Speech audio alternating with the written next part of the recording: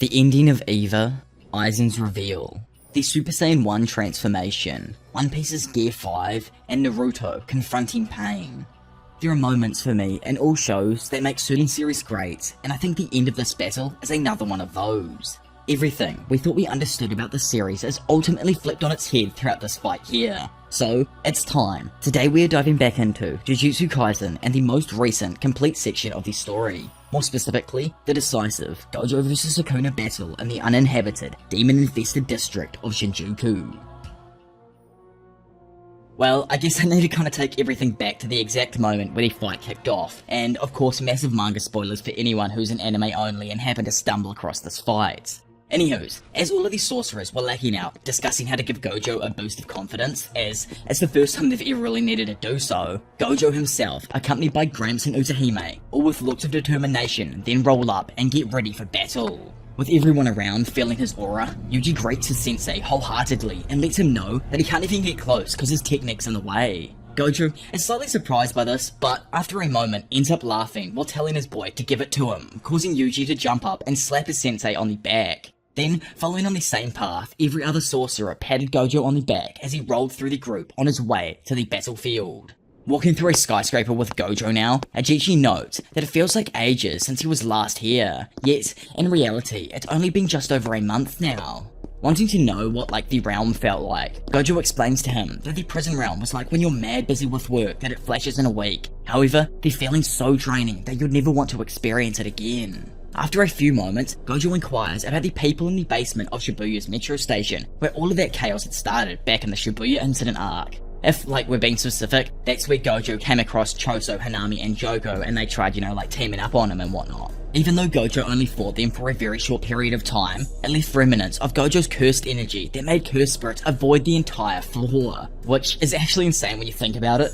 This man is so strong, his residuals managed to scare off cursed spirits, which is, I just still can't fathom it. I don't think anyone else is on this level. Ajichi also reveals that the people who were affected by a 0.2 second domain are all fine, and those who were affected return to normal. Walking up behind Gramps and Utahime now atop the roof, Gojo and Ajichi arrive as the Day of Reckoning has begun. Elsewhere, Arume asks what time the fight is going to take place, to which Sukuna reveals that they didn't really specify a time, but as he says that, he's able to feel Gojo's aura emanating in his direction. Back in the hallway, and just moments before they made it up to the roof, Ajichi confronted Gojo on why he always wanted him to construct the barriers for him. Turning back and looking at his close friend, Gojo tells him that it's because he trusts him more than anyone else. Now, atop the roof and slamming his hands onto the ground in preparation for his barrier, Ajichi just thinks on how he's someone who's always fled. No, someone who didn't even have the courage to flee and was given the courage to run by a friend. Despite everything, Ajichi braces himself and knows that he must live up to Gojo's expectations, either that or die trying.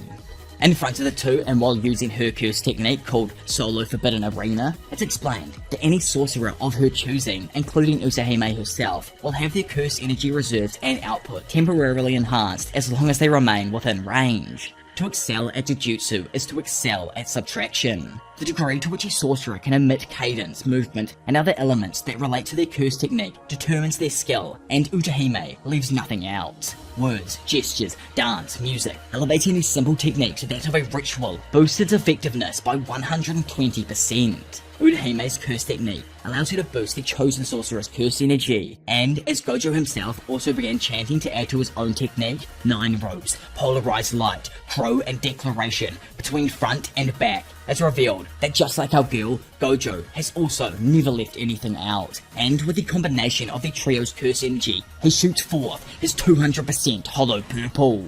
As Gojo's ability blasts forth, Sukuna manages to take notice of it and throws up his hands trying to block the entire attack. With the buildings all around him exploding due to hollow purple, Sukuna's defenses are undoubtedly breached as the building he was standing on is completely demolished, causing it to fall to the ground below. Urame, who was next to Sukuna at the time of the attack, has also not been seen since this moment. So correct me if I'm wrong on that or anything, but after this moment she's seemingly vanished from reality. So she's either gone or she's sneaked off, managing to survive that attack, probably healing up somewhere. Either way, as the smoke slowly fades, it's made evident that due to Ajichi's barrier, Sukuna actually misread Gojo's first move.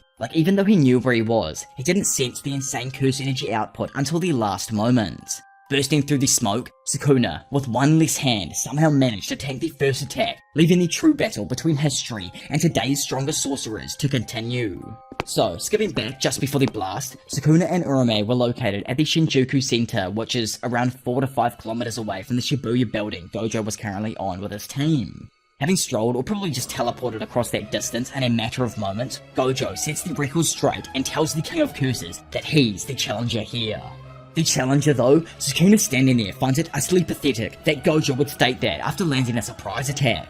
In his eyes, and as he brings his hands together, Gojo is no more than a fish atop his chopping board, one slightly fresher, but still a nameless fish. Flaring up his curse energy, Sukuna just remarks that it's time he starts peeling back Gojo's scales. Gojo asks him why he's still wearing that face, and guesses that Sukuna's original thought was to steal Megami's body so he'd hold back during the fight. Unfortunately for him, our man's been through a specific set of training that allows him to go all out on anyone who resembles any sort of resemblance to the great Toji Fushiguro. Considering that Gojo himself trained Megami, he probably knows exactly how many hits his student could take before he dies, and given that Sukuna had survived death while possessing Yuji's body, Gojo thought it would be prudent to only start worrying about Megami's welfare after he kills the person in control. Initiating the conflict, the duo dart at each other, both just narrowly dodging each successive strike. Dropping to the floor just out of range of Sukuna, Gojo flicks out his hand straight into his opponent's nuts, sending them shooting into the side of a nearby building, and out the other side crashing into some stairs behind it. Getting up, he's instantly harassed by Gojo, who, stomping in his direction, proceeds to kick him in the gut so he's perfectly placed in the middle of an overpass bridge platform. Continuing to stomp down, Gojo collapses the platform Sukuna was on, making his footing extremely unstable. Taking the opportunity to catch him off guard, Gojo activates his infinity and levitates the bridge into the sky, before tossing it directly at a large skyscraper. Resisting the force of the platform, Sukuna uses Dismantle, or what I assume to be Dismantle, to cause the structure to collapse. Then, making it over to a nearby roof in the flash of an eye, Sukuna pulls up his hand and sets a massive slice using Dismantle to cut the building directly behind Gojo in half. With our man turning around to look at it, Sukuna quickly rushes him, throwing a fat right hook that catches Gojo off guard. However, as the punch connects with his infinity, he decides to deactivate his technique in order to physically take Sukuna inside of the collapsing structure. Following him up the hallway, Gojo quickly opens a door for a moment that blinds the two from seeing exactly what ability they're about to throw at each other.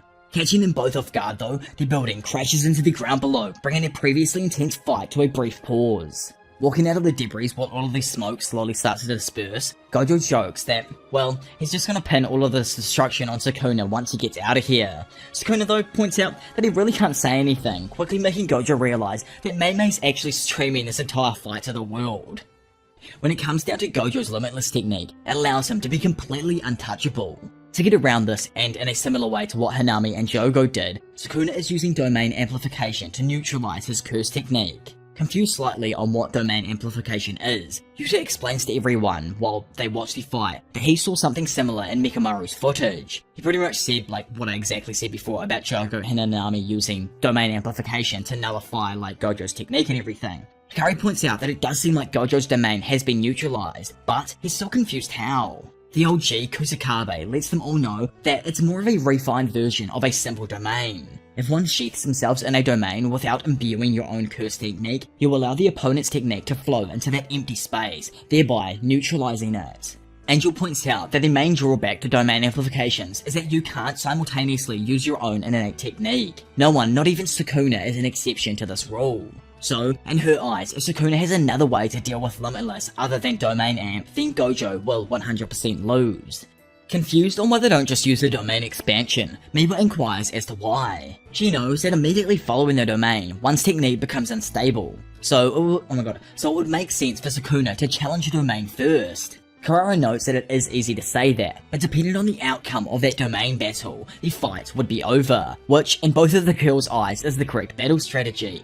Yuji though, having been told something by Gojo, reveals that he's pretty sure the domain's short-hit effect negates Gojo's technique to begin with. Perking up, Wee Wee wonders if it's because Sukuna doesn't think he can win in a domain expansion against Gojo. Still, Shoko points out that, yeah, you are right, but Gojo probably would have opened one if that was the case. So, she finds it hard to believe that Gojo wouldn't be able to foresee that as well. Standing there, Choso ponders the question of what would happen if Gojo's domain did clash, as from what he was told, Sukuna's domain is a barrierless domain. Hearing this bizarre statement, everyone just reacts in shock, unable to believe that his domain doesn't even have a barrier. As an example of just how impossible this is, Kusakabe asks Miwa to toss him that water. However, after she gives him the bottle, he throws it back, telling her to give him the water, not the bottle. Confused, Miwa just facials the absolute hell out of Kusakabe, while in behind him, Mei-san explains that expanding a domain without a barrier is like trying to hold water without a bottle.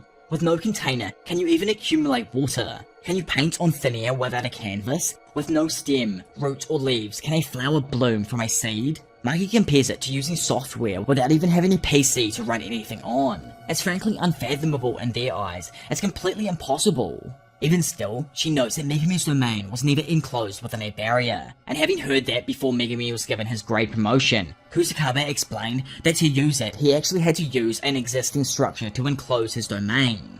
Narutoshi Keimo, or as we know him now, Gojo Kinchaku, was able to pull it off by himself, so it does prove that it can happen. Choso, who actually fought during that battle, pointed out that they'd prepared to use a simple domain on Kenjaku while Tengen dismantled his domain from the outside. However, because of the barrierless domain, it was the simple domain that was torn apart. Miwa, who's confused over what exactly would clash in this attack, states that the short effect is imbued within the barrier itself, so it can only clash with another barrier. She also realizes that, well, everyone's talking as if their domains are a given, but domains devour an insane amount of curse energy, so wouldn't avoiding using them make sense? Inumaki speaks up and notes that, well, it doesn't really matter since Gojo has an infinite amount of curse energy. Ino knows that fact isn't actually true, and it's just due to how he's skilled at using his specific technique. If his curse energy consumption rate ends up being less than what he actually replenishes, then it could technically run out. That's just working under the assumption though that he's using it like normal. If he changes things up and starts using domains consecutively, then that could be a completely different story. Not having even mentioned what Sukuna is actually capable of as well in fighting, Kashimo speaks up to state that the sharpness of his technique's activation is unparalleled. The way he can switch things up in a matter of milliseconds from innate techniques to domain amplifications is utterly amazing. If Gojo literally wasn't who he is, then Sukuna would comfortably be winning in terms of curse energy utilization. What's more, his total curse energy output is probably even more than Yuta's. From what he can physically tell, he'd say it's probably double the amount that he actually has. Momo, who's been pretty quiet this entire chat, speaks up and feels that maybe nobody, not even them, knows how this is going to play out. If Gojo and Sukuna's domains do clash, who knows what could possibly happen? Then, right on that exact moment, and after all of this insane build-up that we just went through, Higuruma signaled that they are about to begin the domain clashes. Back in Shinjuku, both Sukuna and Gojo throw up their respective hand signs to simultaneously open the Infinite Void and Malevolent Shrine. With Sukuna now appearing above his shrine and Gojo standing a few feet back, it's explained that the two are evenly matched. They form a perfect pair within Gojo's barrier, which in turn meant that both guaranteed hits overlapped each other, then cancelled themselves out. In this battle, and as the two expand their domains, should either one of them sustain severe damage, it will cause the collapse of their domain, and the other one's sure hits will immediately take effect.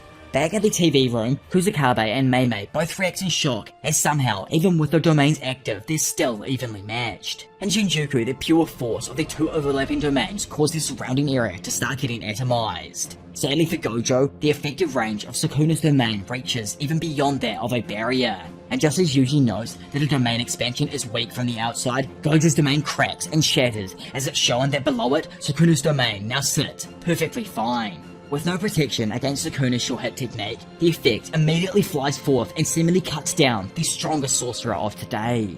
Having taken the slash to the neck, Gojo nonchalantly activates his reverse curse technique, which everyone back at the lair reacts to.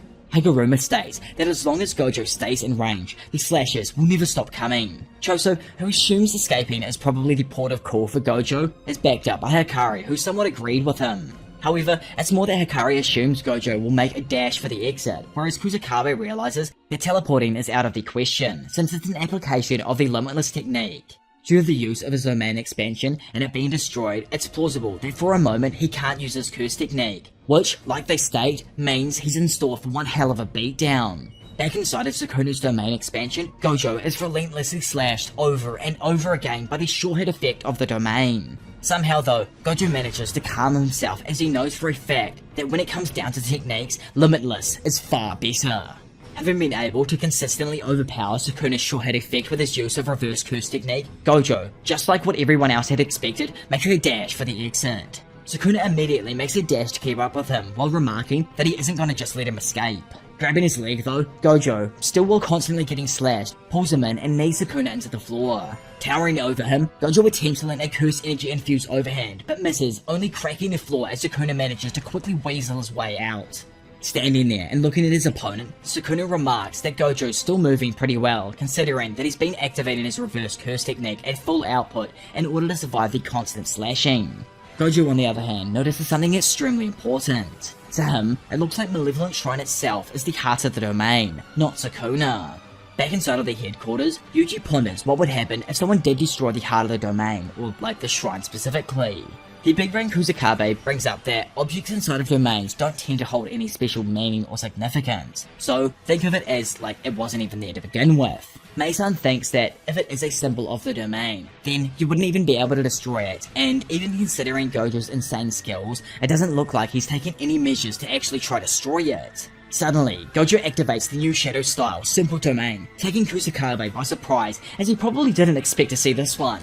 Yuji though noted that Gojo said one time he could use it, but wasn't able to actually teach it. During the battle, he was able to use his Simple Domain to counter the short hit effect while simultaneously using reverse curse technique to heal his body. Confused, Yuji wonders how one even manipulates their own curse energy while reverse curse technique is active. Again, Gojo activates another use of the Simple Domain before darting at Sukuna and attempting to strike him. In an instant, he's once again pounded by the short hit effect, layering Gojo with a plethora of cuts though. Again, he activates another use of Simple Domain and reverse curse technique, causing Sukuna to call this all a little bit tedious right now. Randomly though, everyone back at the headquarters is taken by surprise when they see Gojo start attacking Sukuna once more without using reverse curse technique to heal himself. Someone wonders if he's running low on curse energy, but Yuta refutes this, as it's frankly impossible. There's no limit to Gojo's curse energy, even though there totally is. Speaking up though, Ino mentions that, like he said before, the assumption rate could currently be off.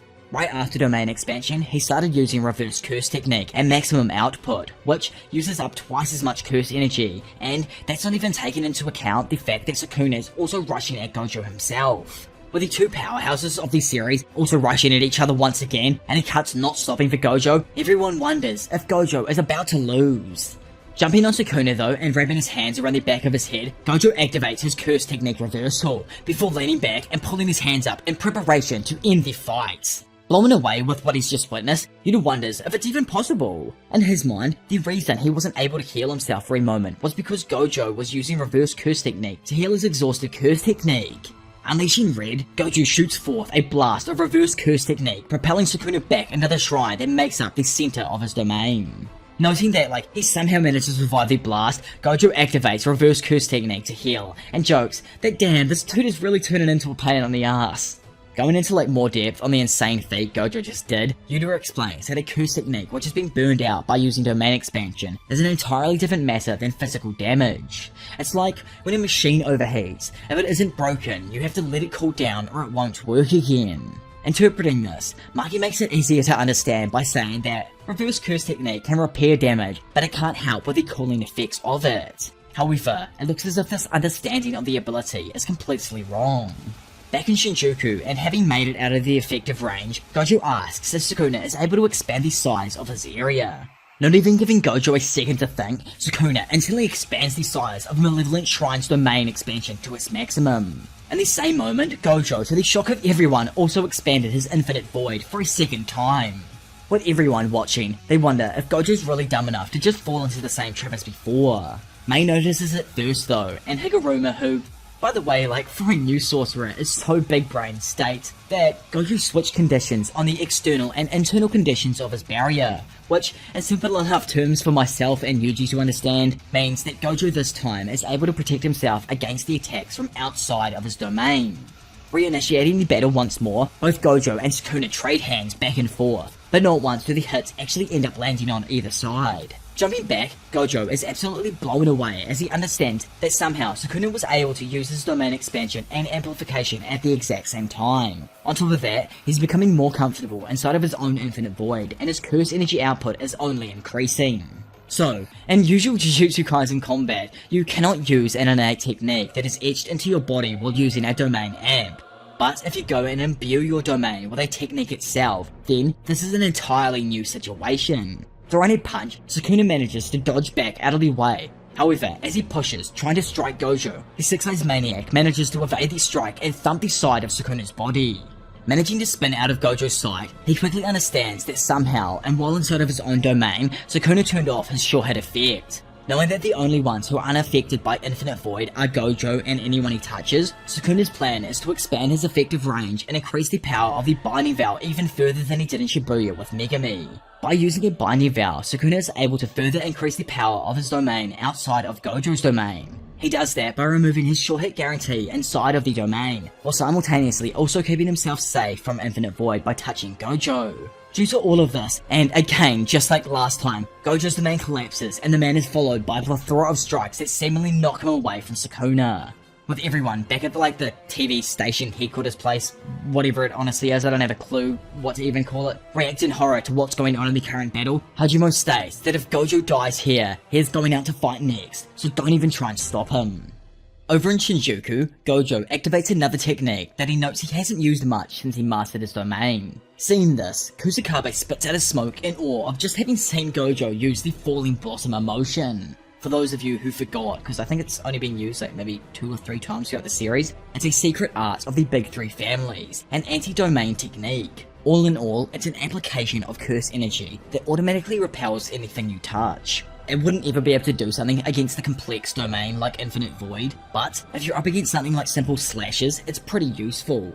Jumping in, Shoko says that he most likely used it so he can heal his burned out curse technique, or at the least buy some time.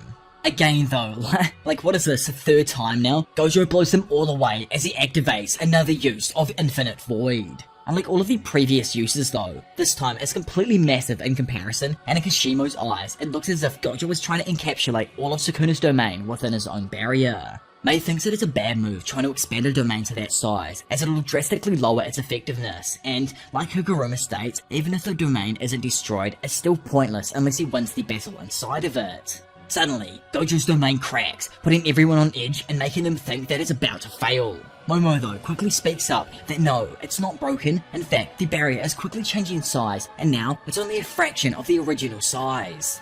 With Gojo's domain only like the size of a basketball now, Kusakabe remarked that this is frankly impossible, causing Mei to joke about how many times they've said these words today. Maki curiously questions its outward appearance and if the inside is that of a similar size. Kusakabe agrees with her, as that's why when you're usually trapped inside one, you can't get out unless you find the edge of the barrier. Even if you find that edge, a normal domain is resistant to attacks from the outside, so escape is still extremely limited. What's most important when it comes to a barrier technique is a concrete image. Usually, if you try and envision a barrier too small enough to hold yourself and an opponent, it would just collapse. Just like the prison round though, and probably due to his time being confined in a small space there, is now allowing Gojo to take that and implement it into his domain during the battle. Still, Kusakabe can't grasp the process around how he's able to change the conditions of his domain each time he uses it. Barriers, particularly domain barriers, typically have a set of internal and external parameters. By discovering their own blend of these parameters, every sorcerer is able to establish their own domain. Confused and piping their heads up, as obviously this wasn't how Higuruma and Hikari figured out their domains, like they open their domains by default as a part of their curse technique. In any case, they aren't usually things that can be changed easily. Kusakabe ponders if he changed the size of his domain because it was too difficult to maintain the larger surface mass, so he had to compress it to make things easier. Or maybe it was because he wanted to see if he could cover all of the Malevolent Shrine with an even larger barrier. With Gojo's domain beginning to shake back and forth at such a tremendous speed, the earth itself begins to rumble. Mei points out that even still, Gojo's domain has managed to hold, and Yuta states that Sukuna has also decreased his domain so he could increase the output of his curse technique. So, pretty much now, if this version of Gojo's barrier does end up breaking, they'll enter a stalemate. However, Gojo will actually end up being on the back foot as he will run out of options technique-wise. Flashing back over to Shinjuku, sadly, once more, Gojo's domain is again shattered, and Sukuna emerges victorious for a 3rd time in a domain struggle. It's either the 3rd or the 4th now, I'm honestly losing track throughout the script here. Having watched his sensei reappear, Yuji screams out for him. However, In that moment, all of the other sorcerers are flabbergasted as they witness Sukuna's malevolent shrine start to crumble and fall to pieces. On top of that, it's shown that at some point throughout the domain struggle, Gojo was able to land a clean blow to the chest of Sukuna, causing the King of Curses to finally take some proper damage. Seeing this over their monitors, all of these sorcerers scream in joy, believing that Gojo still has a chance to win in this battle. Funnily enough, it was actually simultaneous. At the exact same time Sukuna destroyed Gojo's domain from the outside, Gojo had actually destroyed Sukuna's domain to the point that he wasn't able to maintain it any longer. Yelling at Miwa, Kusakabe asks if she was able to keep track of what was going on in this fight, or if anyone kept track of the time that Gojo's barrier was active. Speaking up, Mei reveals that it was active for 3 minutes and 9 seconds, but if it was more specifically after the moment that it was minimized, then that was exactly 3 minutes. Higuruma believes that now the domains have collapsed, neither of them will be able to use their curse techniques anymore. If that is the case, Maki thinks Gojo can make the first move, since he can restore his burnt out curse technique just like he did before. But sadly, Sukuna can also do the same with reverse curse technique, and speaking of himself, now that he knows how it works, Yuta theorizes that he can probably do it too. Though, like he mentioned earlier, it can't be used to heal a burnt out curse technique, but it actually can. He's just tripping right now. The reasoning that Gojo actually showing this to Sukuna is a terrible problem for everyone is because, back in the past, Sukuna was able to split his spirit 20 times into 20 different objects called Sukuna's Cursed Fingers. After seeing this ability just once in the past, Sukuna learned how to turn himself into a cursed object, and now that he's seen this new ability, it's most likely he'll also be able to restore his burnt out curse technique. In Shinjuku, Sukuna boosts his way up onto a bridge, giving a moment of peace before noticing that random parts of the road start to get smashed up from below. Quickly jumping off the bridge and onto some railing nearby, Sukuna notices Gojo break his way up through the bridge behind him. Then, turning back around, realizes that his escape route was blocked by a ball of rocks that Gojo had perfectly floated there using his infinity.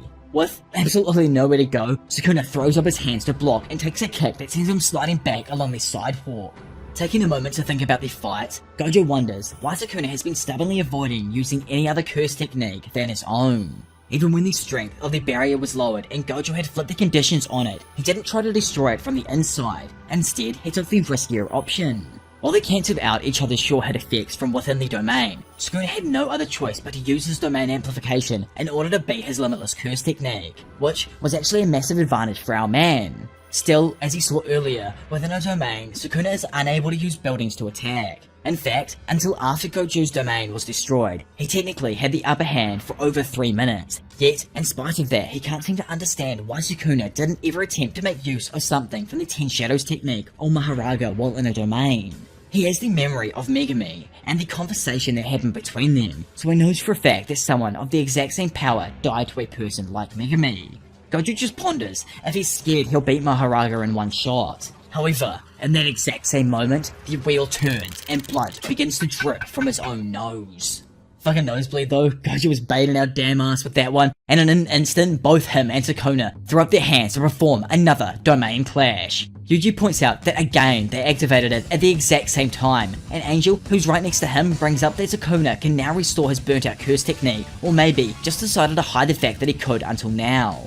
Kusakabe knows that within the next 3 minutes that it should take Sukuna to destroy Gojo's domain from the outside. Gojo will need to damage Sukuna to the point he can't maintain his domain from the inside.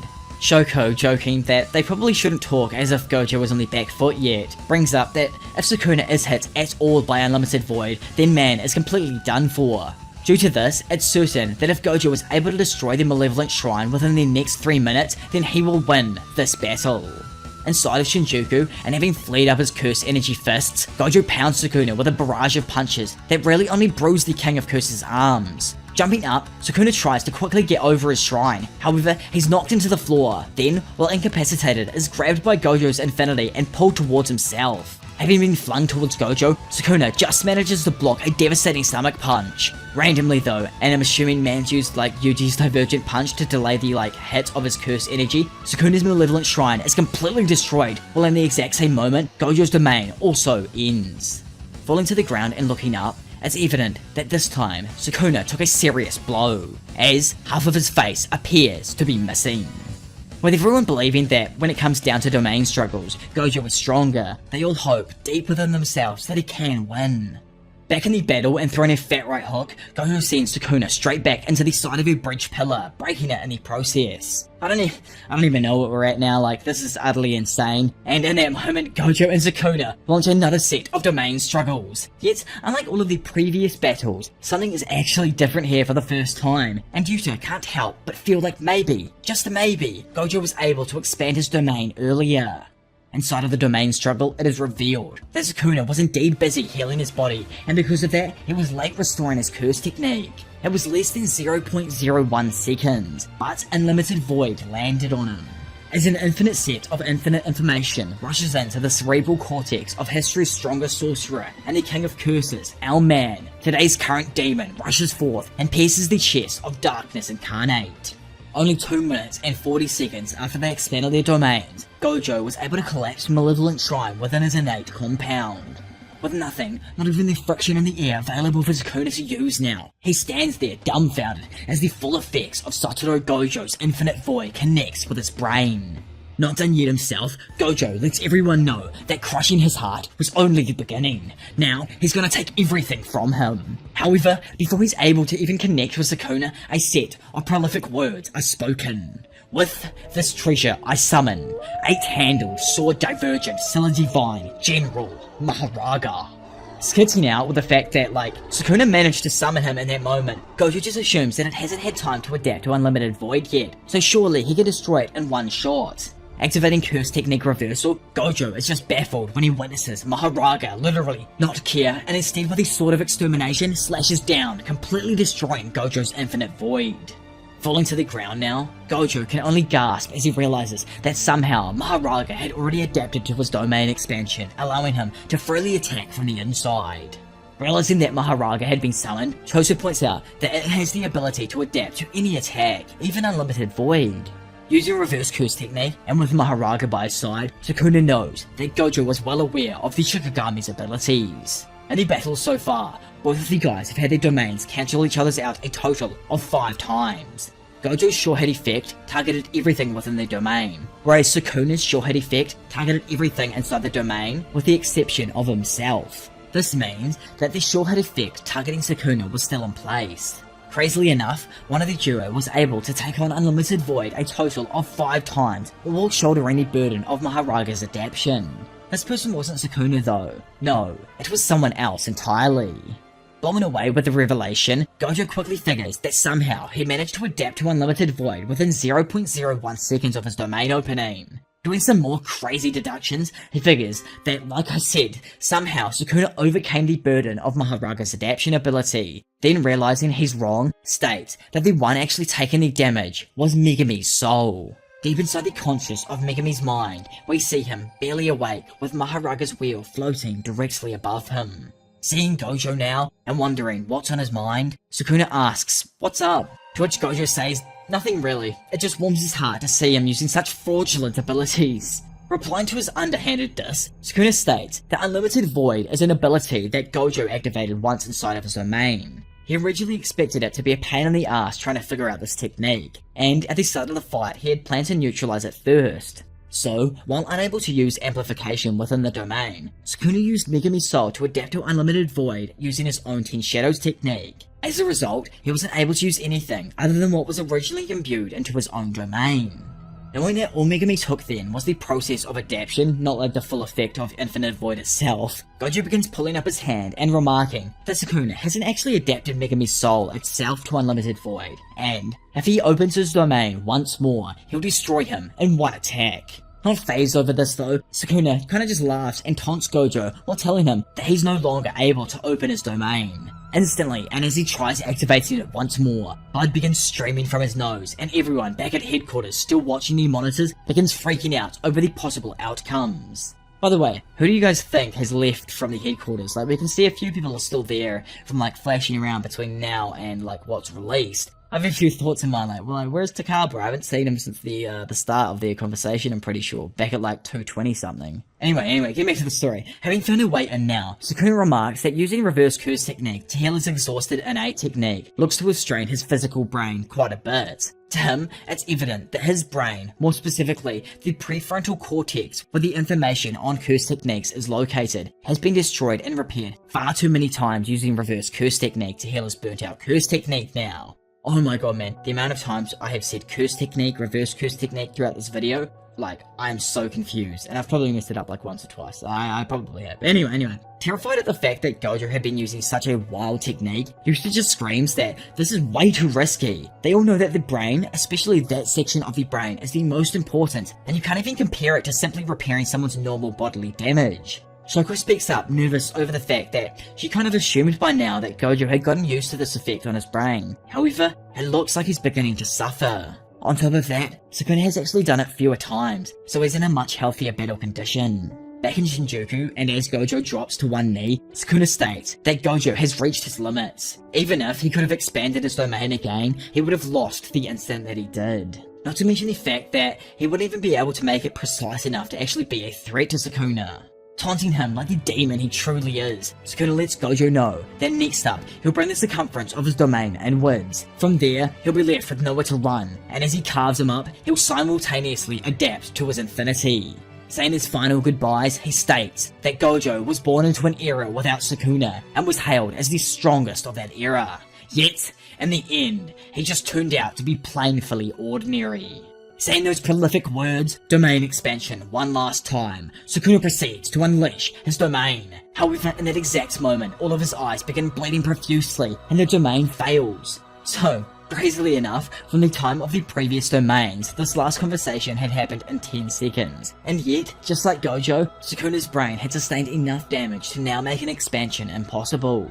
Jumping up and laughing at Sukuna after seeing this, Gojo just notes that it looks like it's hitting him pretty hard now. Then pointing at Mei's crows, he knows that all of his students are watching him put his life on the line, so he's gonna go ahead and keep showing off for them. Jumping forward with a speed that Sukuna is unable to keep up with, Gojo throws a fat right hook to let his opponent know that he still has a long way to go to defeat him.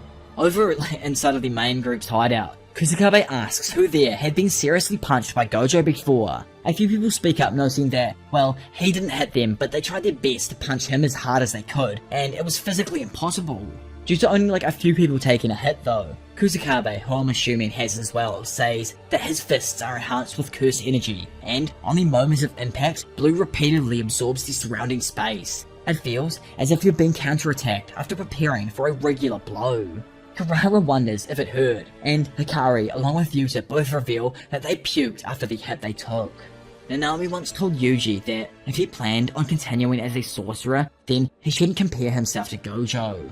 He stated that he put a massive deal of effort behind his critical hits, but Gojo could casually perform them as if it was an everyday thing. Putting them all back on track though, and what Kusakabe was mainly trying to explain, was that from here on out, when it comes to straight hands, he doesn't have a clue what Gojo is doing. Back in Shinjuku, it's shown that Gojo is completely dominating Sukuna in a physical fight. He boosts down a building while smashing Sukuna into every level, before turning around and tossing him over the road. When Sukuna lands, Gojo uses all of the rubble that had previously broken away from the building to entrap the King of Curses inside a brick coffin. Exploding out of the reinforced brick, Sukuna darts forth and quickly ducks a head kick from Gojo. Getting caught under his trap though, Gojo slams his leg down, only to see Sukuna flip out of the way and prepare his own axe kick.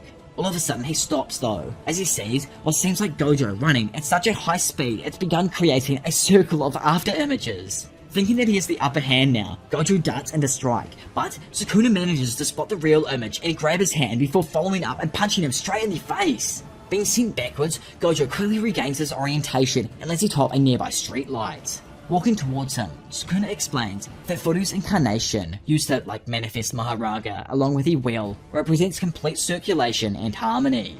Once Maharaga has been attacked, the wheel turns and the adaptation begins. With that said, the wheel turns and Maharaga seemingly adapts. Gojo knows that when Sukuna uses domain amplification and touches him, the wheel turns black, so it's safe to assume then, in his eyes, that it interrupts the adaptation process. If Sukuna can't activate his domain, but can use amplification, it's probably because the area of his brain originally damaged was in charge of barrier techniques. Over with Sukuna now as he slowly strolls forth, he thinks that Gojo is most likely only using laps to avoid having his other techniques adapted, which makes perfect sense in his eyes. As the lights then go green, the two of them brush with each other once more, clashing in the middle of the road. With the light Gojo was just on falling behind Sukuna, he quickly grabs it and biffs it towards Gojo. However, it freezes as the object connects with his infinity. Back over with the main group now, as they all note that its random Maharaga hasn't reappeared. They suppose that it had already adapted once Unlimited Void was used for a 5th time. Taking that knowledge in, Hikaru deduces that maybe the wheel has to turn a few times in order for Sukuna to adapt to Gojo's limitless technique. Then, just like they assumed, and as Sukuna asked if Gojo had been paying attention to his ability, Owlman explains that he needs 4 spins in total, which technically means only 3 more spins of the wheel until Maharaga fully adapts to Gojo's infinity. Walking towards each other again, Sukuna jokes that they now have a countdown to when Gojo's idiotic smirk will be wiped from his face, causing our Go to smile right back and tell him the same damn thing. In fact, Gojo takes it one step further, saying that he'll beat him dead before he even makes it to the 3rd spin. Still eagerly watching the battle, Hana questions if Gojo's forgotten about Megami, to which Yuji says that man won't really have. Hearing them and looking ready to throw some hands himself, Kashimo jokes that it's fine, let him forget Megami. Needing to forget Megami because man's in a slightly tight spot right now, Yuji watches as Maharaga's wheel spins for the 2nd time, meaning that there's only 2 more spins until Gojo's infinity will be fully adapted to. Turning his hands into perfectly constructed orbs of blue curse energy, Gojo flings them at Sukuna, making him acrobatically flip out of the way as the ability burns the bridge from existence. Capturing Sukuna within his range, Gojo sticks both of his hands forth and creates more cursed energy orbs that circle his target, leaving them with nowhere to escape. Somehow escaping though, Sukuna manages to duck down before darting off, causing all of the orbs to immediately change direction and start tracking his new position. Boosting it around one of the nearby pillars, Gojo flies up and quickly blocks Sukuna's kick. Having gained the advantage now, he follows up by kicking his opponent down towards the road below. While falling, the wheel spins for the 3rd time, making everyone back at the TV room get more and more nervous over the impending adaptation. Yuji curiously wonders if it's time that's needed for the wheel to adapt, or if it was battle experience. Realizing what Yuji was trying to say, Kusakabe solidifies his question by also pondering if A. Does it take one attack, then time for the wheel to understand, then adapt, or B. Is it adapting after taking multiple blows? Still not even sure himself, he points out that Gojo hasn't used anything other than laps, so he doesn't even know, and compounding that, Kashimo states that either option is actually possible. That's the reality of the situation.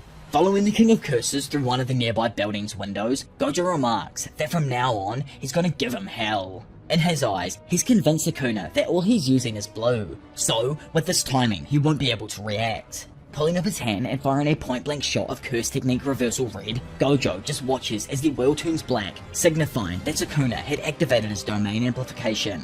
As the technique hits, and because of what I previously just mentioned, Sukuna was just barely able to minimize the damage in time. Activating his reverse curse technique to heal, Sukuna thinks that he expected this. Even if amplification can neutralize the low output of Limitless, it can't fully cancel out blue or the reversed red. Yuji and Kusakabe both react in abject horror as they realize that at this rate, Sukuna will fully adapt to his technique. Looking heavily beaten and bruised, Sukuna turns around to remark that Gojo is sloppy, and questions if the greatest sorcerer of today had lost his cool once his hand was red. Randomly though, Gojo doesn't attack, and instead, he just tells his opponent that, the red he shot back before, well, it hasn't actually exploded yet. Suddenly, taking one of the hardest back shots in the figurative world that is Jujutsu Kaisen, Sukuna gasps in pain as he realizes that he, the King of Curses, was taken from behind. Quickly calculating the building's layout, he figures that Gojo must have planned from the start to have red strike after one full lap. Not giving him a chance to recover, Gojo follows up and pounds Sukuna so damn hard with a black flash that physically knocks Sukuna out for a moment. Everyone back at the TV room just watches in awe as they never expected such an ability to land, let alone be as successful as it was. Back in Shinjuku, blood pours from Sukuna's mouth and the wheel falls, symbolizing the defeat of history's strongest sorcerer. Randomly though, the wheel picks up speed and spins for the final time, while at the exact same time, a stunned Gojo falls into a pool of darkness, and Maharaga's demonic hands reach out for him. With nowhere to go, Mahoraga grabs Gojo and slices his chest with his sword of extermination, leaving everyone's hope of survival on the brink of death. Beads of sweat drip from everyone's head as they worry about how things could have taken a turn for the worse with Gojo.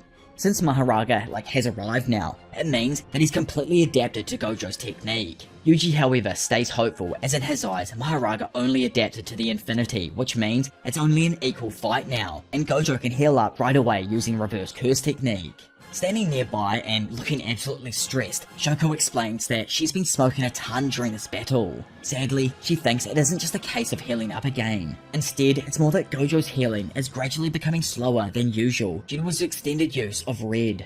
If the already prolonged fight continues, it might end up with him not being able to use his curse technique reversal to heal as quickly, therefore he could actually lose. Though, she does pose that that situation is probably the exact same to Sukuna. Gojo's opponent is the King of Curses. Initially when the battle kicked off, everyone thought that it would be impossible for Gojo to win, and now, with what they've seen, that thought is slowly creeping back in. Even Gojo himself has begun thinking the same thing. Wondering how long it's been since he felt like this, it reminds him of a battle 11 years earlier against Toji Fushiguro, and how now he's beginning to feel the same satisfaction from fighting that's pushing him to an even higher degree throughout this battle. Being the strongest sadly comes with the title of also being the loneliest, and now the only thing that will truly satisfy him. Flying forth, Gojo hits Mahoraga with a direct hit that pushes the God Shikigami back. Instantly following up, he tries to activate Red in order to finish him off, but Sukuna jumps back in and uses Megami's rapid escape to cover Mahoraga and allow him to prepare for the next attack. Having watched his opponent try his best to evade every attack, Gojo mocks Sukuna, asking him how long he's gonna rest for after taking the Black Flash, and that it was pretty obvious its effects are still hurting him. Suddenly, Sukuna mixes things up and throws a fire extinguisher to cover himself and make an opening for Mahoraga to attack Gojo. As Gojo is caught up in his fight with Big M, Sukuna uses a new application of Megami's Max Elephant Shikigami to shoot a blast of water that mirrors Choso's piercing blood technique. Just as Gojo defends himself against Mahoraga, Sukuna's attack lands and wounds his arm. Flying backwards, Gojo realizes that Sukuna is mainly waiting for his infinity ability to vanish, meaning that the fight would eventually turn into a pure 2v1 if it continues. Annoyed, he wonders how Sukuna is even able to use the abilities of the Shikigami without summoning them in the first place. Like, Megami has to go through this whole procedure, whereas Sukuna can wear the wheel and summon the Shikigami with what I'm assuming are just his thoughts here. Gojo knows that since Sukuna was able to adapt to his infinity ability, he's going to have to use more curse energy. That's why he's been simultaneously using the Shikigami. However, he does explain that if Sukuna wants to adapt to Red, it will take much longer to do so. Cutting his brainstorming off though, Sukuna beams his way back into the picture while stating that this isn't a 1v2 numpty, I'm the fraudulent one. Moving his hands together, Sukuna summons a brand new Shikigami called the Chimera Beast Agito, making this previously 2v1 a now 3v1 battle and putting Gojo even further onto the back foot. According to what I've seen online and everything since the chapter dropped, Chimera Beast is a mixture of Niue and Totality, which is probably a combination that I never actually saw coming and leaves so many other weird and wacky hybrids up for creation in the future. But obviously, moving forward, Gojo himself even jokes that with those two giants standing there, Sukuna looks like a lost child. In a flash, the two beasts start to fight once more, with Gojo just barely being able to dodge the initial attacks. Randomly, and stealing some more of Megami's techniques, Sukuna pops out of Gojo's shadows with his hands aimed like a pistol, and shoots another water blast like piercing blood from Max Elephant's ability, but Gojo dodges that too. Slamming his fists down, Gojo just misses as Sukuna backflips out of the way, allowing his boys to follow up with a dual hook from either side. Somehow dodging each of these large creatures and arriving behind Mahoraga, Gojo proceeds to blast him with red, but it's barely even effective enough to burn the creature now. Figuring that man's probably stuffed if he doesn't do something completely insane here, Gojo deduces that he has to use this damn technique in order to be able to finish off Mahoraga in one shot. It's a massive risk, as Sukuna will most likely notice the raised output, but it's a risk he's willing to take. With a glimmer of hope and a cheeky grin on his face, Gojo states that he's got no other choice, it's time to use the unlimited hollow technique. Gripping his blade tightly, oh my, why did I start like that? Anyway, Yuta speaks up and tells the group that he's going to join the battle to help Gojo. Not pleased to hear this, as he stated that he was going to be the first to leave, Kashimo sparks up his cursed energy and warns Yuta to not interfere as it's him who will go and fight next.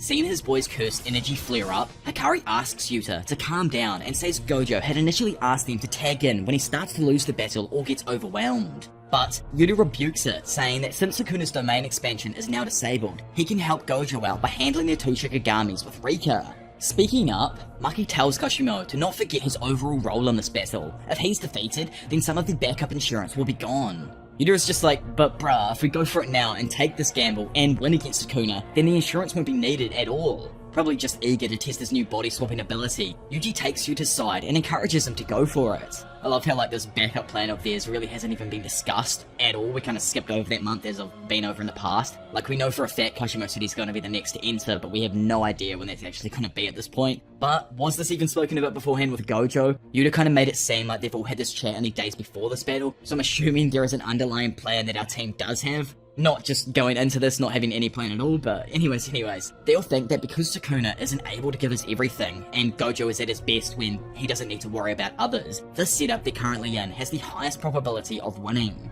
Getting slightly bummed out with this, both Yuji and Yuta sulk after realizing that they're probably just going to be a hindrance if they enter. Pulling them back to reality though, Kashimo tells them that that's not exactly true. At the end of the day, this is Gojo's fight, and it would just be lame as hell if they all interfered. Kari himself suspects that Sukuna might actually have a trump card and is preserving it for later. So if the sorcerers do act too quickly and reveal their hand, Sukuna might end up using that trap card on them.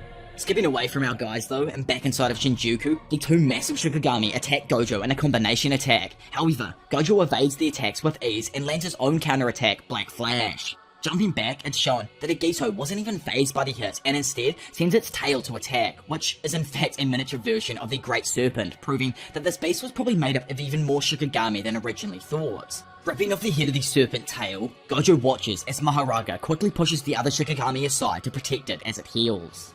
Pondering on this new base some more, Gojo thinks that Agito is most likely made up of Nue, which firstly inherited the Great Serpent, then the Morn Tiger and Round Deer. Still, none of that even matters in the larger scheme of things. Since Agito hasn't adapted to Limitless, like Maharaga has, Gojo plans to destroy it in one shot. Stepping away for the second time now, another random reveal that I almost completely missed the first time around. But what even is this Morn Tiger? Surely that's the 10th Shikigami from the 10 Shadows technique that we haven't actually seen yet. The lines across Agito's chest could resemble the tiger's markings. I initially thought it was something to do with Sukuna. Love to know what you guys all think, and if we'll ever actually get an explanation on the Shikigami in the future. Placing his blade on the floor, Maharaga flicks it at Gojo, causing a line of rubble to get thrown up into his face. Blocking the rocks with his infinity, Gojo then proceeds to dodge out of the way of the Shikigami's follow-up attack. Continuing, Dad then launches a fat head kick that pushes the creature back. Turning around, Gojo quickly activates his infinity and brings the second Shikigami in closer.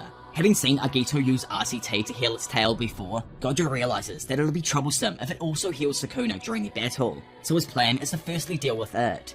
Elsewhere, inside of his dank, shadowy world, Sukuna starts creating a plan to not let Gojo use his prolific Hollow Purple.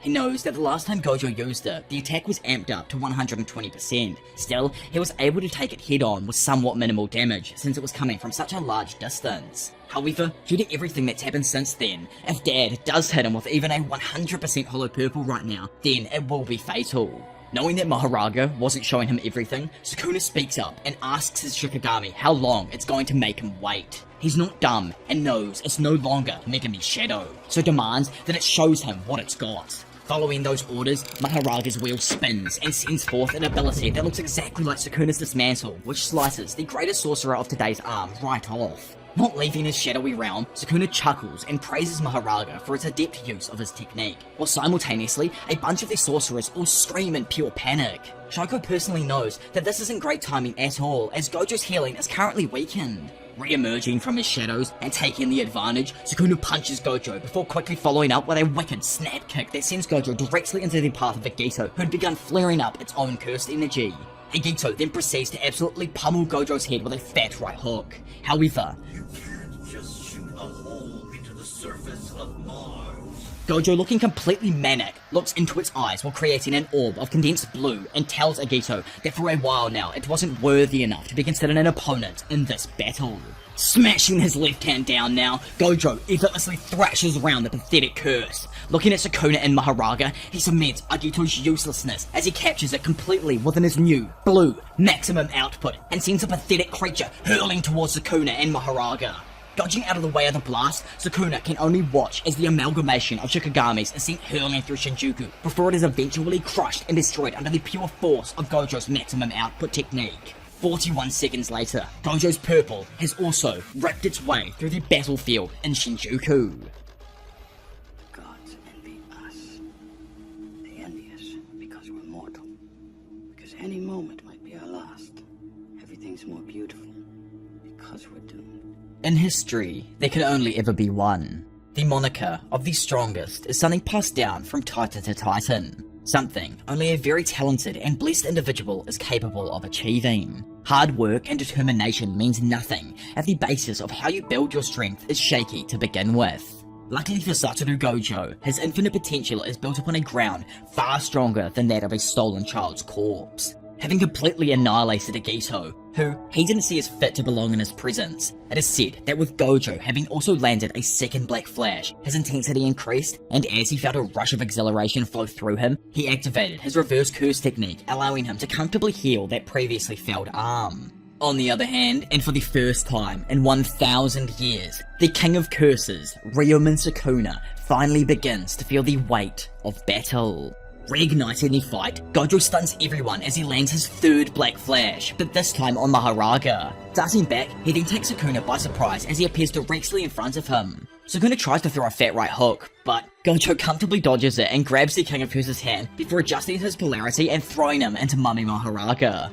Not giving him a moment to relax as well, Gojo follows up with his fourth Black Flash. Luckily for Sukuna, Maharaga was able to block the strike with the Sword of Extermination. Still, the impact from Gojo's punch smashed the wall behind them and sent them sliding back through one floor of an office building. Floating outside that said office building, Gojo raises his hand and begins chanting in preparation for his next technique. Phase, preparation, pillars of light. In Jujutsu, a spark is the curse energy that swells up inside a sorcerer just before they go and activate a technique. In the moments before a domain activation, sure hit technique, and other powerful abilities, there will be, without exception, a spark. Even the great Gojo with his immense curse energy isn't an exception to this rule. This fact doesn't change. Instead, it's all the more obvious for his hollow technique, purple. Inside of the building, and based on the incantations that were said by Gojo, along with the scale of curse energy put into those said incantations, Sukuna believes that the spark currently before his eyes was that of the curse technique reversal, red. So, what Sukuna's plans are in preparation for the attack is to have Maharaga tank it, then on top of that adapt to red to put Gojo in his place. However, Sukuna's judgment on this next attack was by no means incorrect. Activating curse technique reversal, red, Gojo blasts his ability straight upwards into the sky, completely confusing Sukuna as he obviously thought he was going to shoot it at him. After a second thought though, he quickly comes to realize the magnitude of what's happening and calls forth Maharaga. Blasting up through the levels of the building, Maharaga shatters each window as the speed of his movement increases in an attempt to catch Gojo's red. Moments after red was fired, Sukuna figured that by merging the lapse of blue and the reversal of red, hollow technique purple is formed, producing an imaginary mass that rushes forth. Shooting itself outside of the building now, it's shown that just ahead of Maharaga, the red Gojo had previously fired was headed directly at the perpetuated technique that had crushed Agito earlier, blue.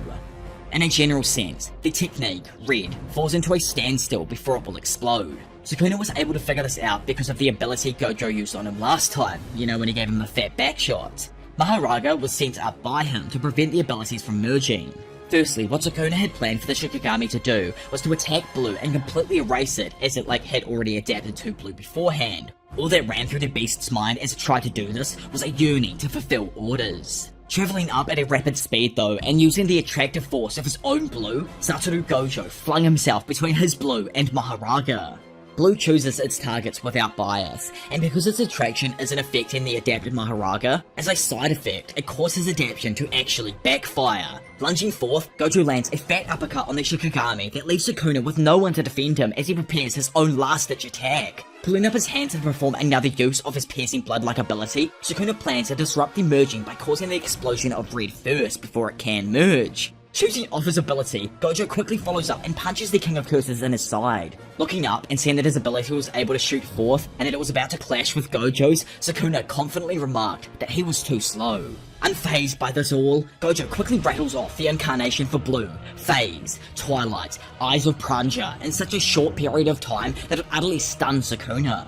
Glancing at his attack again, he watches as it pierces into Gojo's steadily merging technique, not affecting it in the slightest. The reason that it didn't actually disrupt Red right there is because Gojo, in those last milliseconds before the technique was about to hit, reactivated and restored his output following the incarnations that he just previously said. Which is actually insane when you think about it, I don't even know how man did that. Anyway, floating there with both foes on each side of him, Gojo starts his incantations for the legendary Hollow technique, Purple. 9 rogues, Polarized Light, Crow and Shomyo, the gap between within and without. Witnessing the battle of the century back at the TV room, Yuta apologizes to Kusakabe for what he had said previously. As to him, it's pretty obvious that if a burden such as himself entered the battle, then Gojo wouldn't have been able to do this. With both colours fully combining and the purple light of the gods themselves getting ever brighter, Gojo looks upon both of his terrified opponents' faces and finishes the incantation. Purple. Instantly, following the implosion of the two techniques, an imaginary force of unstoppable curse energy exploded outwards, destroying Maharaga along with anything in its path, and completely burying all of Shinjuku under a carpeted layer of rebar and rubble. Barefoot, and barely able to stand now, Sukuna, having survived the blast, holds himself up against a broken wall. In front of him, Gojo states that, well, this was an unlimited purple, not bound by any specific target, so it even damaged him. However, as we can see, it's obvious that there's a difference in the level of their damage. Gojo assumes that it's just because his cursed energy pool is just that large. So in the end, all's well that ends well in his eyes. He even jokes that he totally crushed Sukuna in the improvisation department with that use of remote purple. And that is the first time he's ever had to actually blow himself up and then repair himself. Which, again, is mental. How do you even do that? I know, you can already see, but as long as you keep that part of the brain there. So I'm imagining right now, Gojo blew his entire body up, apart from that one section of the brain, and then completely re-healed his body.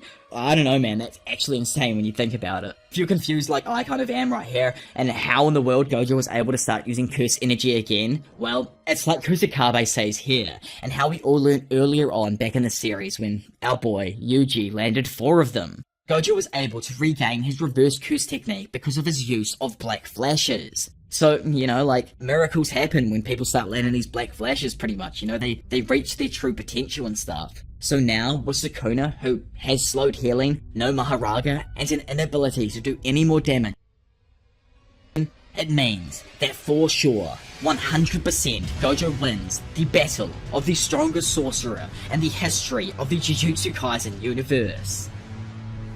Suddenly, it all goes dark.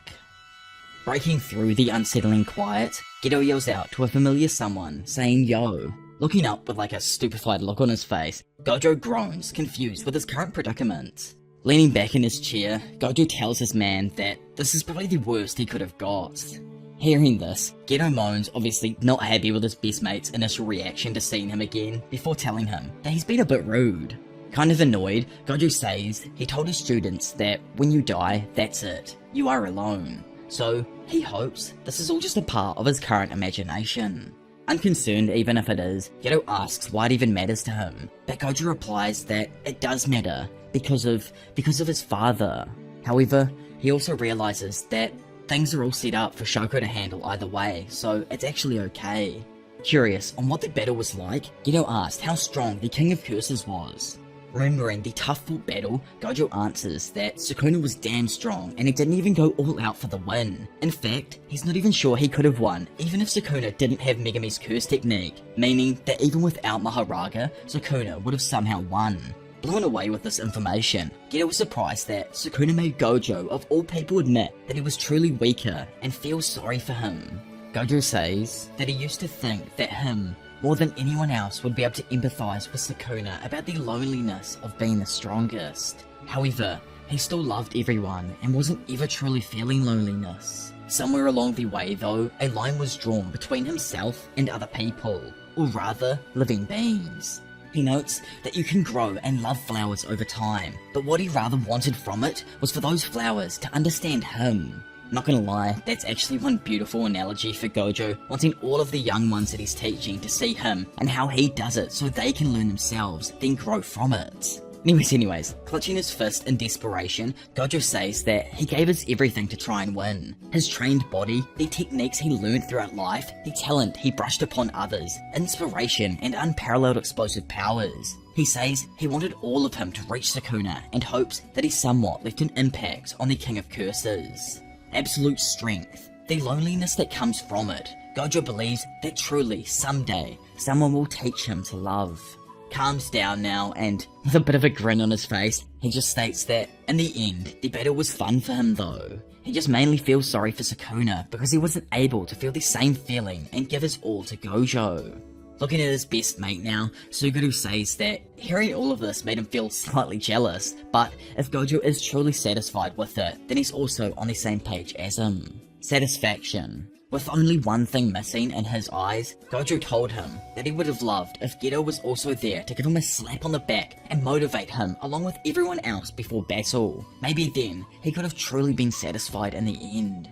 Either way, and pushing that thought aside, he says that he's glad what killed him in the end wasn't time or disease, but someone stronger than him. Grossed out with that level of strength though, Nanami perks up and asks Gojo which samurai general he currently is. Sitting on the airport chair behind him, Nanami continues that what Gojo was just saying is something that no one in the modern age would ever say, and guesses that it's also why he was able to live longer than him in the end. Speaking up and making his short re-entrance into the story as well, Yu Haibara says that the timing was just a tad different for the big man and Nanami, obviously referring to their deaths and stuff, so like Nanami died in Shibuya and then only a couple months later Gojo was passed away, so he's saying their timing wasn't too different. Anyways, while telling Gojo to stop roughing up his hair, Nanami, my dad, says he once talked with Geto about leaving all of the work at Jujutsu Tech to Gojo. In the end though, he returned because he knew Gojo didn't consider Jujutsu as something to live for or to protect. Rather, he knew that Gojo was mentally perverted and only used sorcery to satisfy himself. Haibara, looking happy as always, adds that it's something everyone noticed, but didn't exactly have the courage to say out loud. Curiously, as obviously we don't even know what happened, Nanami says he won't justify Gojo's last moments, but instead feels sympathy for him, to which Gojo thanks Nanami for it. Curious himself, he also asks what it was like for Nanami, but Yu jumps in revealing that man actually made his own appearance during Nanami's passing. Nanami also drops another bomb revolving around sorcery, as according to him, curses sometimes even help keep people alive. In regards to Gojo's question, Nanami answers that he had once asked Mei-san about where to head in the afterlife, and she suggested to either move north if you were looking for a new side of yourself, or move south if you want to stay who you are. I think it's fairly evident just looking at all the other vengeful curses we've seen that Naoya probably took the northern path, and this also finally lets us know that it's a bit more straightforward if someone does actually want to achieve vengeful curse state. I'd imagine the consequences that come with it though are probably reprehensible, like no afterlife or a cursed one that they have to exist in when they do go back to it. Anyways, back to the sadness. Obviously, and I never expected any otherwise from my dad, Nanami says he chose south without any doubt when the time came, but for a moment even gambled on a better future. His last moments in his eyes weren't bad at all though, thanks to his best mate making his reappearance and telling him what way to go. Lastly, and screaming out at the big Masamichi Yaga, who instantly covers his ears to protect himself, Gojo jokingly mocks him for saying earlier in life that there wasn't any death without regrets as a sorcerer, obviously meaning that man probably doesn't have any regrets right now.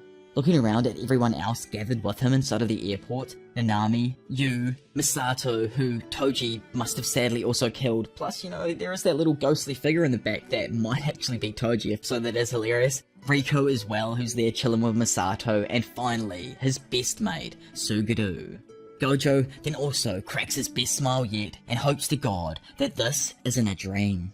In reality, Gojo who was just deemed the strongest sorcerer in Jujutsu Kaisen history, is shown to be in half and no longer capable of breathing. With his eyes movement stopping and the beat of his heart ceasing, Satoru Gojo loses. And rest in peace, big man. It had to happen at some point, but thank you, Giga. It was absolutely amazing the way it did happen. As dust particles then fall from above, blanketing the entire battlefield, Sukuna, the King of Curses, explains what truly happened under Maharaga's adaptation. Once Maharaga receives an attack from someone, it'll gradually adapt to it over time. As we saw with Gojo's technique, some took more spins than others, but the more attacks Maharaga takes, the faster it'll adapt to that said ability. Even after it adapts, it will further analyze the technique and continue to do even more adaptations. Sukuna says he expected Maharaga to be an example to him, an example which passed through Gojo's infinity and showed him how to do it himself. Throughout the battle, Maharaga was first adapting to Gojo's infinity, then it would change its own curse energy over time so that it could neutralize Gojo's infinity. The second time Maharaga adapted was exactly what he expected. It wasn't the same as Sukuna's slash technique, instead it expanded the target for the curse technique. More specifically, expanded the target of the slash to not just Gojo, but the space, the world, and then cut it. In front of Sukuna now, it's evident that there is no physical way Gojo is going to be able to recover, as he is being completely disembodied by Sukuna's technique, slash. Sukuna explains that infinity doesn't matter as a technique. If the world exists, the world will be divided. It doesn't matter if Gojo or even his infinity exists, they will be sliced. Sukuna notes that it was difficult for him to pull off, but a great example for him to work on. Bringing Gojo's wish to fruition, Sukuna, with a fat smile on his face, then thanks him for the magnificent battle, while saying that he will never ever forget about him. Turning and seeing someone approaching him at a high speed now, Sukuna tells them that he better not let him down. Flashing into the sky, we see that without any time for anyone to mourn or feel sorry for Gojo's death, the one that came in to take his place against the King of Curses was no one other than the Thunder God, Hajime Kashimo. And what an amazing fight that was. All the cope I've seen from Gojo fans since the spoilers drop is actually honourable, but I don't see any way or any possible universe of him even getting back up anytime soon. I'm curious as to how far Sukuna will be able to take his technique and what he will do with Gojo. Possibly take his own body in the future. That would be extremely interesting. I highly doubt it, but I do truly feel bad for Shoko and Ajichi now, as they are the only two from Gojo's time in school to still be around. I hope they make it through somehow throughout the rest of the story, but who knows at the moment. I love this freaking battle, man, and I think it was fairly obvious that from day one, Gojo was most likely going to lose this, just for the narrative. We need our goats Yuji and Yuta actually running the series and being the ones to finish it, not their teacher. It's time to let them shine, and I can't wait to see them start growing in actual strength. Like Yuji might finally get his own technique. Who knows?